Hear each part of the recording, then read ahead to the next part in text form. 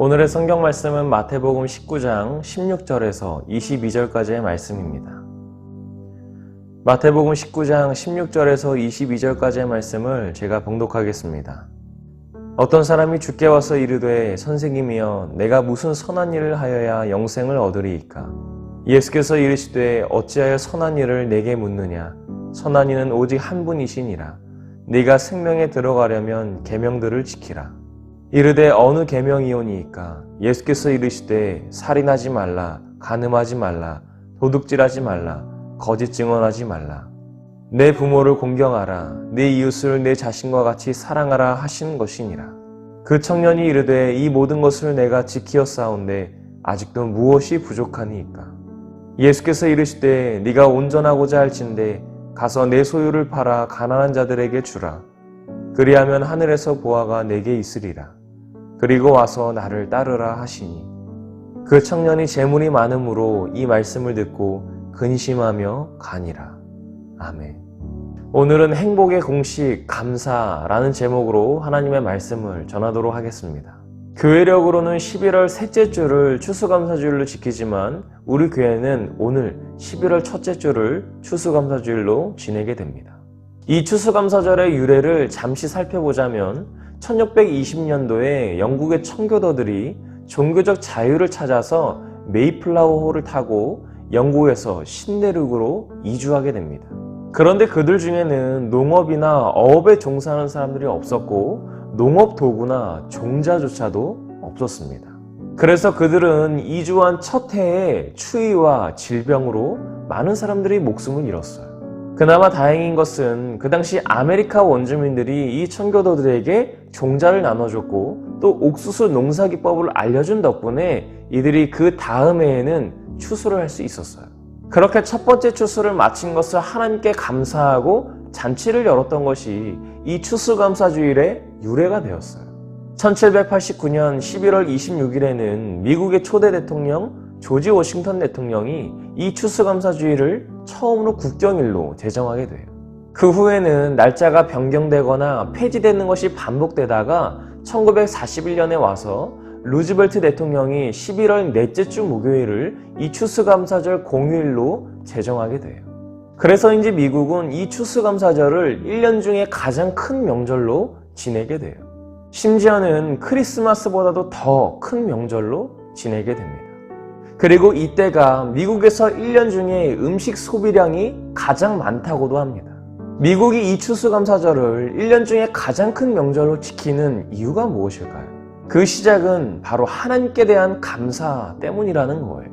종교적 자유를 찾아서 건너온 땅에서 수많은 사람들이 죽었지만 살아남은 사람들이 그 다음에 첫 번째 추수를 하나님께 감사드렸던 것, 이것을 기념하는 것이 추수감사절의 근본이에요. 하나님의 은혜에 감사할 줄 모르는 성도의 삶은 안타까울 뿐입니다. 여러분들은 지금 현재의 삶에 대해 얼마나 감사하고 있습니까? 아니, 지금의 삶을 하나님께 감사해 본 적은 있습니까? 오늘 우리는 시간여행을 할 수 있었던 한 청년의 이야기와 또 돈이 많았던 청년의 이야기를 통해서 우리가 감사해야 할 것이 무엇이고 또 우리가 하는 그 감사가 결국엔 어디를 향해야 할지를 함께 나눠보도록 하겠습니다. 21살이 된 팀은 갑자기 아버지의 호출을 받게 돼요. 그리고 아버지로부터 말도 안 되는 이야기를 듣게 됩니다. 그 집안의 남자들은 모두 시간여행을 할 수 있다는 거였어요.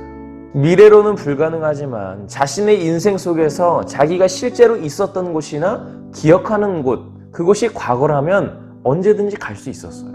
그래서 팀은 아버지에게 그 능력을 어떻게 사용했냐고 묻게 되자 아버지는 인간이 읽을 수 있는 모든 책들을 다 읽는 데 사용했다고 대답합니다. 그러자 팀은 이 능력을 돈을 버는 데 쓰고 싶다고 말하게 돼요. 극적인 예시로 만약에 과거로 시간여행을 할 수 있다면 로또 번호를 맞출 수도 있는 거예요. 그러나 아버지는 그것은 바로 은총이자 저주라고 말합니다. 그리고 팀의 할아버지, 즉 자신의 아버지가 그 돈 때문에 패가망신하게 된 이야기를 하게 됩니다. 아버지의 조언을 듣게 된 팀은 그때부터 인생을 살다가 약간의 실수가 있을 때마다 그 실수를 바로잡는 데에 그 능력을 사용하곤 했습니다. 그렇게 시간이 흘러서 팀은 변호사가 되었고 또 사랑하는 여자를 만나서 결혼을 하게 됐고 또 아이를 낳는 등 매우 평범한 일상을 보내게 돼요. 그런데 어느 날 팀의 어머니로부터 전화 한 통을 받게 되었고 그 전화의 내용은 아버지가 곧 돌아가실 것 같으니 부모님의 집에 한번 들르라는 거였습니다. 아버지가 사망하게 되는 원인은 담배로 인한 폐암이었어요. 아버지는 과거로 돌아가서 담배를 끊을 수도 있었고 혹은 담배를 끊기 어렵다면 폐암을 진단받기 전으로 돌아가서 조금의 치료를 통해 생명을 연장할 수 있었어요. 그러나 그렇게 하면 이 팀이라는 아들을 보지 못하게 되는 경우가 생길 수도 있다는 거였습니다. 만약에 자녀를 출산하기 전의 상황으로 가서 어떠한 변화를 일으키게 되면 다시 현재로 돌아왔을 때 그 아이가 바뀌어 있을 수 있기 때문이에요. 그래서 그 아버지는 다른 자녀를 보는 것보다 차라리 자신의 죽음을 선택하게 된 거예요. 팀도 일전에 그런 경험을 잠깐 했던 적이 있었기 때문에 아버지의 마음을 충분히 이해할 수 있었습니다. 그렇게 아버지는 팀과의 시간을 수도 없이 반복하다가 결국엔 사망하게 돼요. 그래도 팀은 아버지가 보고 싶을 때면 언제든지 과거로 갈 수가 있었어요. 그런데 팀의 아내가 아이를 한 명 더 낳자고 말하게 돼요. 만약에 팀의 아내가 새로운 자녀를 낳게 되면 그 아버지가 보고 싶어서 다시 과거로 돌아갔다가 현재로 돌아오면 아이가 바뀌어 있을 수 있는 상황이었습니다. 그렇기 때문에 더 이상 아버지를 볼 수 있는 시간 여행은 할 수 없게 되는 그런 상황이었어요. 이제 팀은 아버지가 알려준 행복의 공식대로 실천하며 살게 됩니다. 첫 번째 단계는 다른 사람들과 마찬가지로 일단 하루하루 평범한 삶을 사는 거였습니다. 그리고 두 번째 단계는 거의 똑같이 하루를 다시 살라는 거였어요. 처음에는 긴장과 걱정 때문에 볼 수 없었던 세상의 아름다움을 볼 수 있었기 때문입니다. 오늘을 살아가는 우리는 팀과 같이 인생을 두 번 살 수는 없어요. 그래서 오늘의 선택이 지금의 결정이 옳은 것인지 더 바람직한 것인지를 쉽게 구분할 수는 없어요. 그렇다면 우리의 인생은 그렇게 막연하게만 살아야 하는 것일까요? 이에 대한 해답으로 두 번째 청년에 대한 이야기를 들어보시기 바랍니다. 어떤 청년이 예수님을 만나러 왔습니다. 그리고서는 자기가 어떤 선한 일을 해야 영생을 얻을 수 있느냐고 예수님께 물어봤어요. 예수님은 왜 선한 일을 나에게 묻느냐면서 선하신 분은 오직 한 분, 하나님이시라고 말씀하십니다. 그리고 그 청년이 원하는 영생을 얻고 싶다면 하나님께서 모세에게 주신 십계명, 즉 율법을 지키라고 말씀하세요. 그러자 청년이 이렇게 말합니다. 제가 그 모든 율법을 다 지켰는데 무엇이 부족합니까? 그러자 예수님께서는 이렇게 대답하세요. 네가 완전한 사람이 되고 싶다면 네가 가진 모든 것을 팔아서 가난한 사람들에게 나눠주어라. 하늘에 너의 보화가 있을 것이다. 그리고 나서 나를 따라오거라. 그러자 재물이 많았던 청년은 이것을 두고 고민하다가 결국엔 그냥 가버리게 됩니다. 예수님께서 이 청년에게 전하시고자 하셨던 메시지는 과연 무엇이었을까요? 단순히 율법을 잘 지켜라? 가난한 사람들에게 베풀어라? 예수님의 메시지는 단 하나였습니다. 오직 선하신 하나님 한 분만을 믿어서 구원을 받는 거였어요. 그것만이 영생할 수 있는 비결이라는 거였습니다. 당시의 바리새인들과 율법관들은 수많은 율법들을 하나하나 지키기 위해서 애썼습니다. 그리고 그렇게 율법을 철저하게 지키는 것이 자기들을 의롭게 하는 것이라고 생각했습니다. 사실 구약 시대였다면 그 말이 맞을지도 몰라요. 그럼에도 그들이 놓치고 있었던 것이 있었습니다. 율법을 문자적으로 이해했을 뿐 그 안에 깃들어 있는 하나님의 은혜, 하나님의 사랑을 깨닫지 못하고 그것에 감사하지 못했다는 거예요. 그가 정말 율법대로 부모님을 잘 공경했고 살인하지 않았고 간음하지 않았고 도둑질하지 않았고 거짓말하지 않았다면 왜 그 청년의 마음에 공허함이 있었던 것일까요? 물질적으로 부유하기까지 했던 그렇게 완벽했던 청년이 왜 예수님께 영생의 비결을 구하러 왔을까요?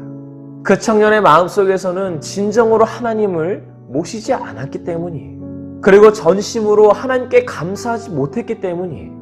그가 했던 말을 다시 보면 알 수 있습니다. 내가 그 모든 계명을 지켰는데 도대체 뭐가 부족합니까?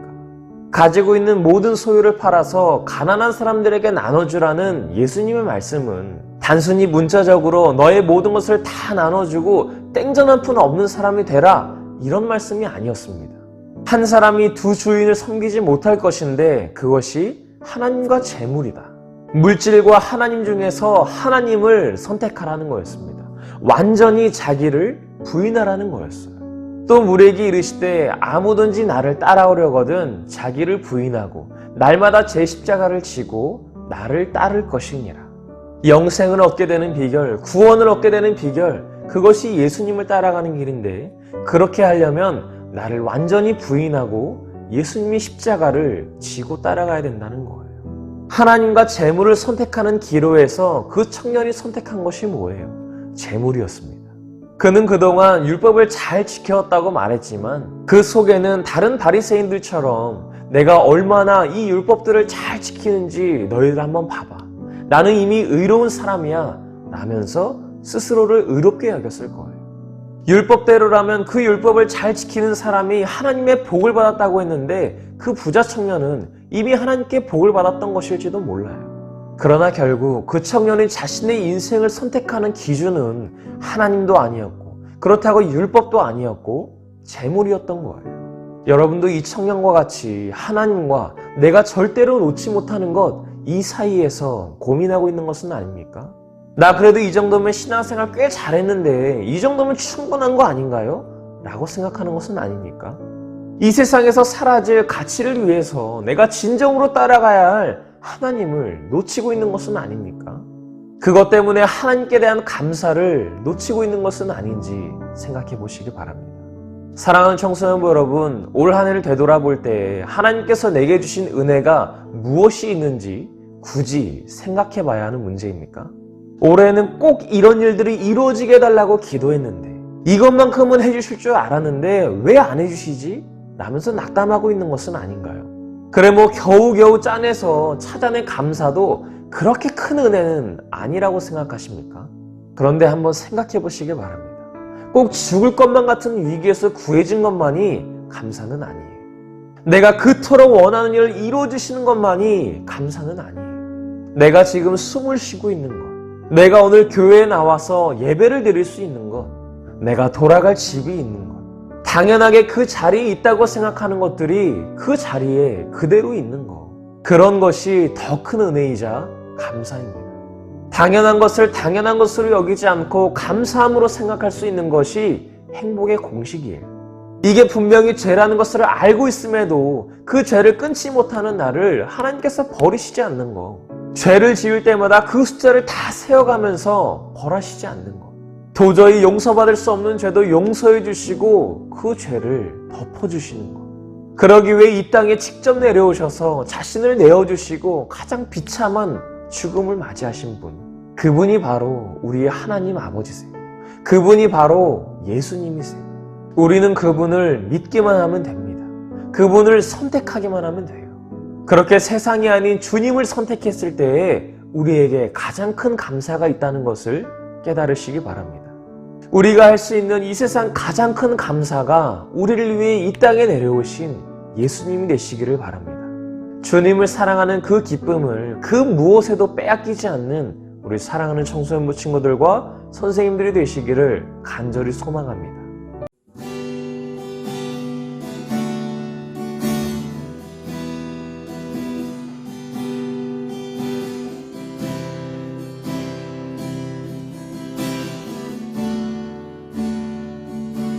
주님을 사랑하는 기쁨을, 그 즐거움을 빼앗기지 않게 하소서. 주님을 사랑하는 기쁨을, 그 즐거움을 빼앗기지 않게 하소서. 예수 예수 예수 예수 주님을 사랑합니다. 예수 예수 예수 예수